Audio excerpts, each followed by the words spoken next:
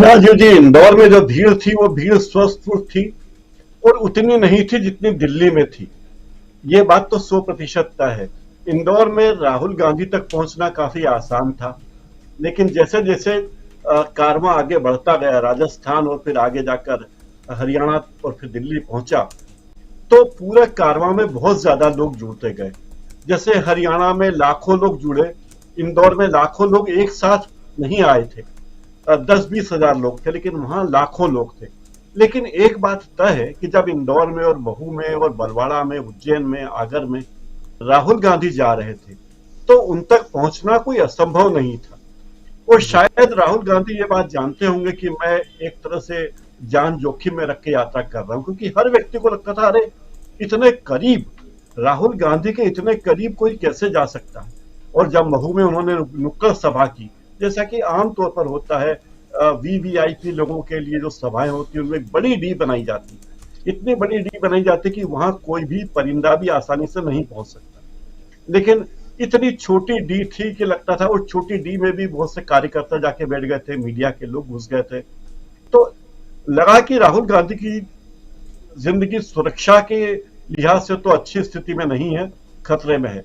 लेकिन दिल्ली जाते जाते बीजेपी को चिंता ये लगने लगी होगी कि जिस तरह कारवां बढ़ता जा रहा है, लोग राहुल गांधी के साथ जुड़ते जा रहे हैं, उससे लगता है कि बीजेपी की चिंता बहुत ज्यादा बढ़ गई। और कांग्रेस के प्रवक्ता ने जिस तरह इस मुद्दे को उठाया, ये मुद्दा पहले दिन से लगता था, जब से राहुल गांधी जा रहे हैं, कई अनजान लोग उनके पास से जा रहे हैं, कई अनजान बच्चे, महिलाएं कई थे। तो ये सब चीजें सुरक्षा के लिहाज से तो वही हाल था, लेकिन यहाँ उतनी भीड़ नहीं थी। लेकिन दिल्ली में भीड़ ऐसे थी कि हमने जब टीवी में देखा, यूट्यूब चैनल पर देखा, तो राहुल गांधी को देख पाना ही संभव नहीं था, इतनी भीड़ थी। आपने जो वीडियो दिखाए थे कल परसों में कि किस तरह उनके जान को खतरा हो सकता है, किस तरह लोग भीड़ में घुसे आ रहे हैं, वो देखकर आश्चर्य होता था कि इसके बाद भी राहुल गांधी अपने सफर पर चले हैं, अपने मकसद को कामयाब बनाने के लिए। अब मुझे ये लगता है कि जिस गांधी की कामयाबी हो रही है, लोग समर्थन दे रहे हैं, लाखों लोग जुड़ रहे हैं और करोड़ों लोग अप्रत्यक्ष रूप से जुड़ रहे हैं, उससे सत्तारूढ़ दल को और हमारे गृह मंत्रालय को चिंता होना स्वाभाविक है। और ये जी। उस चिंता का हिस्सा है जो आगामी चुनाव को देखते हुए उन्हें लगता है कि शायद ये ऐसा हो। इंदौर में या मध्य प्रदेश में यहाँ राहुल गांधी की तरफ से किसी को पीले चावल नहीं भेजे गए थे कि आप आइए, राहुल गांधी की यात्रा है। एक सामान्य खबर थी, लोगों की सूचना थी, और सभी पार्टियों के लोग और सामाजिक कार्यकर्ता उनके साथ चले, दूर दूर से आए हुए लोग चले, महाराष्ट्र और तेलंगाना के लोग यहाँ उनके साथ तक चल रहे थे, जो भारत यात्री नहीं थे लेकिन फिर भी उनके साथ चल रहे थे। इसका मतलब जाहिर है कि वो लोग कितने ज्यादा राहुल गांधी के अभियान के साथ में थे। मुझे लगता है कि इस सुरक्षा के पूरे मुद्दे को उठाने के पीछे यही बात है कि किसी न किसी बहाने, मुझे एक साजिश लग रही, किसी न किसी बहाने, शायद सुरक्षा के बहाने राहुल गांधी की यात्रा को रोकने के प्रयास आगे जाकर किए जाएंगे। पहला प्रयास कोरोना को लेकर हुआ है। अब चूंकि 8, 9 और 10 को अप्रवासी भारतीय सम्मेलन है, उसमें प्रधानमंत्री आ रहे हैं, राष्ट्रपति आ रहे हैं और हजारों लोग जुटेंगे, तो तब तक तो कुछ होगा नहीं। लेकिन मुझे लगता है कि ये राहुल गांधी की यात्रा को रोकने की एक भूमिका है, पूर्व भूमिका है, ताकि कह सके कि हम राहुल गांधी की यात्रा को इसलिए रोक रहे हैं कि हम उनकी सुरक्षा चाहते हैं और हम चाहते हैं कि वे इस तरह यात्रा न करें क्योंकि जान को खतरा हो। ऐसा मुझे अंदेशा नजर आता है। दूसरी जी। बात यह है कि राहुल गांधी श्रीनगर जा रहे हैं, तिरंगा फहरा रहे हैं, पूरे देश का समर्थन है, तो उन्हें कोई आपत्ति इसमें, किसी को इसमें आपत्ति नहीं है, सब लोग समर्थन में है। लेकिन सरकार को इससे डर है कि कहीं राहुल गांधी अपने अंतिम लक्ष्य तक पहुंचे तो एक तरह से एक बड़ा बनेगा, और वो उस इतिहास को खंडित करने की मंशा सत्तारूढ़ दल के लोगों में हो सकती है। इसीलिए वो चाहेगा कि किसी भी तरह से ये यात्रा अपने अंतिम मुकाम तक ना पहुंच पाए, बीच में कोई ना कोई बहाना बना के। अब जैसे कोरोना के बारे में खबरें दिन ब दिन बढ़ती जा रही, कोरोना इतने लोग आए, अगले 40 दिन कोरोना के लिए बड़े गंभीर हैं, इस तरह की खबरें आ रही है आज। जी। तो इसका मतलब ये कि कोरोना हो या सुरक्षा हो, ये मुद्दे हैं कि किसी तरह इस यात्रा को रोका जाए। और जो एक बड़ा अश्वमेघ निकला है, एक रथ की तरह एक यात्रा निकली है, तो जनता को उस यात्रा से किसी न किसी तरह अलग किया जाए, जोड़ा जाए। किसी को ये आशा नहीं थी, सत्तारूढ़ दल के किसी भी व्यक्ति को ये आशा नहीं रही होगी कि राहुल गांधी की यात्रा को इतना जन समर्थन मिलेगा, इतने बड़े पैमाने पर लोग उनसे जुड़ेंगे।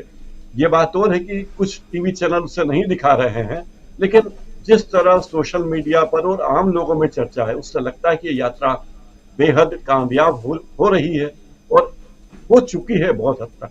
तो उसे रोकने की कोशिश ये बहाना हो सकता है। राजीव जी जी जी बिल्कुल। अमलेंदु उपाध्याय जी, क्या कठिन दौर अब शुरू होने वाला है। कोरोना एक कारण मैंने बताया, दूसरा कारण यह है कि सुरक्षा को लेकर सवाल उठेंगे। तीसरी बात यह कि उनकी यात्रा में जब उनके जीजा जुड़े रॉबर्ट वाड्रा, तो उनके खिलाफ तलवार लटकी है और वो ईडी ज्यादा सक्रिय हो जाएगी। अगले कुछ दिनों में आप देखेंगे कि ईडी की गतिविधियां बहुत तेज बढ़ रही। तो लक्ष्य है कि कोई भी आदमी जो राहुल गांधी से सिंपैथी रखता है उसको कैसे निशाने पर लिया जाए, उसकी कोशिशें जारी हैं। इसीलिए डर के मारे अखिलेश यादव हों या और लोग भी हों, अधिकांश लोग हैं जो ईडी के डर से हुए हैं, इनकम टैक्स के डर से बैठे हैं, सीबीआई के डर से बैठे हैं, तो वे लोग अपने घरों में बैठे रहें। इसलिए न केवल बीजेपी का आईटी सेल ज्यादा सक्रिय दिखेगा आने वाले दिनों में, ये तमाम आनुषंगिक संगठन जो संयोग से या दुर्भाग्य से भारत सरकार के अंग हैं, वे भी सक्रिय दिखेंगे। रॉबर्ट वाड्रा निशाने पर आने वाले हैं। कोरोना ज्यादा भारत में क्योंकि कोरोना के कारण दो फायदे हैं। एक तो राहुल गांधी की यात्रा रोकने का एक उद्देश्य है, दूसरी बात यह है कि फार्मा सेक्टर में सरकार अपने चहेते लोगों को आगे बढ़ा सकती है। तो ये कोरोना का भी लाभ सरकार लेने से चूकेगी नहीं। ये बहुत अच्छी बात है कि वरुण गांधी का भी हृदय परिवर्तन हो रहा है, जो कह रहे थे कि हिंदुओं की तरफ नजर देखने वालों में तुम्हारे हाथ काट दूंगा, वे राहुल गांधी से सिंपैथी रखने लगे। तो बहुत अच्छा लगा ये जान के कि वो थोड़ा सांप्रदायिक रुख अपना बदल रहे हैं। और ये बात तो उनका दिल टूटा हुआ है। उनकी मां ने कहा था कि उत्तर प्रदेश के मुख्यमंत्री के लिए सबसे योग्य व्यक्ति कोई है तो वरुण गांधी है, और फिर एकाएक वीडियो आ जाता है आईटी सेल का या किस सेल का, और वरुण गांधी पार्श्व चले जाते हैं और योगी आदित्यनाथ आ जाते हैं। तो ये सारी चीजें घटनाक्रम देखकर लगता है कि अब आने वाले दिनों में यात्रा से ज्यादा गंभीरता, ज्यादा घटनाएं आपको यहां देखने को मिलेगी, ईडी में, इनकम टैक्स में और सीबीआई में। इसके अलावा वाड्रा निशाने पर थे, अभी भी हैं और आगे और ज्यादा रहेंगे, क्योंकि राहुल गांधी और सोनिया गांधी पर या प्रियंका गांधी पर सीधा सीधा कोई हमला करने की स्थिति में सरकार नहीं है। और जैसा कि स्वामी जी ने कहा, प्रोफेसर स्वामी ने, कि बीजेपी के अभी अपने चरम पर है, बीजेपी के आगे अब इससे आगे जाने की कोई संभावना है नहीं, बीजेपी को अब नीचे ही आना है। तो बीजेपी जब चरम पे है तो उसे डर है कि नीचे ना आ पाए, और उसकी कोशिश होगी कि किसी भी तरह येन केन प्रकारेण अगले वर्ष जो जिन राज्यों में चुनाव होने वाले 9 राज्य है, शायद 10 राज्य भी हो जाएं, तो बड़े बड़े राज्य उसमें है, कर्नाटक, मध्य प्रदेश, छत्तीसगढ़, राजस्थान, तेलंगाना, ये तो 5 तो बड़े राज्य हैं जहां 83 सीटें, लगभग 81 सीटें हैं।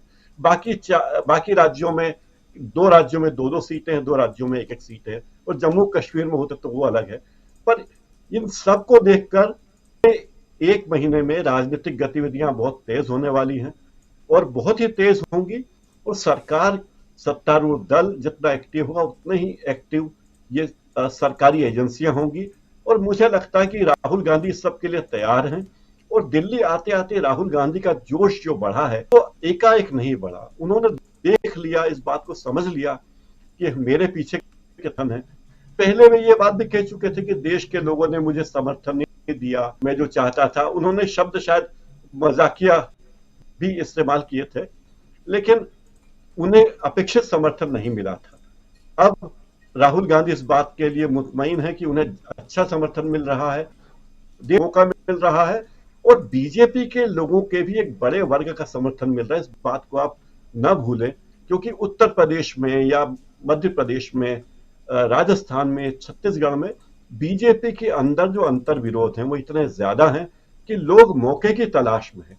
अभी जो गुजरात मॉडल की बात करते हैं, अगर गुजरात मॉडल पर मध्य प्रदेश के चुनाव हुए तो बीजेपी को सरकार बनाना सपना जैसा हो जाएगा। इसलिए बीजेपी वहां कोई मॉडल, गुजरात मॉडल नहीं ला रही है।